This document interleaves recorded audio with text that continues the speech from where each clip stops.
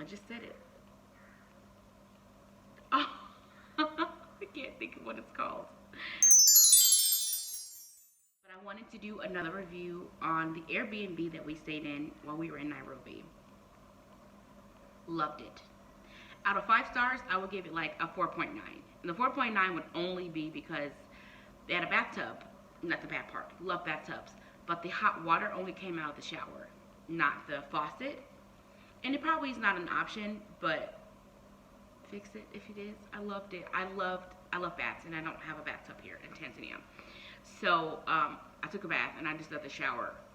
I let the shower do the hard work. It was in a great location, and I will actually, again, I will link that that in the description, and I'll place some pictures that I took, a little video, probably up here somewhere. But I just loved it. It was so comfy.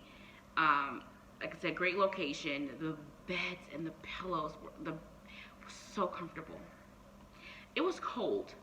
I don't know if my blood is thinned out. I don't know. It was freezing inside the Airbnb, the apartment. It was 2 bedrooms, full kitchen. It had a washer in there, and smart TV, Samsung smart TV, so you could watch whatever. We brought our Fire Stick with us, so we didn't watch anything local, but we were able to hook our. I just said it. Oh, I can't think of what it's called. The thing you use, Fire Stick. Oh my gosh, we were able to use our Fire Stick in the TV to watch, whatever we wanted to watch while we were sitting in the living room. Couch super comfortable. The decor was it was beautiful and warm and inviting. The host was so attentive. Even before we got there, she answered all the questions we had, questions we didn't have. She was extremely communicative and extremely helpful. Like, I would highly recommend staying here.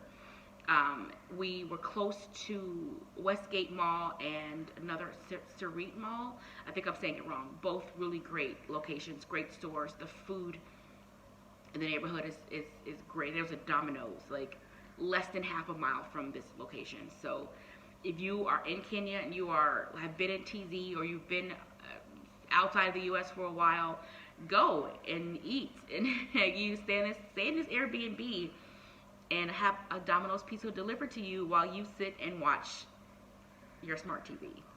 Honestly, I would highly recommend it. And the only issue that we did have was with the electricity. Not the electricity itself, but the box to pay. So both in Tanzania and in Kenya, I guess electricity isn't like as free flowing as it is in other parts of the world.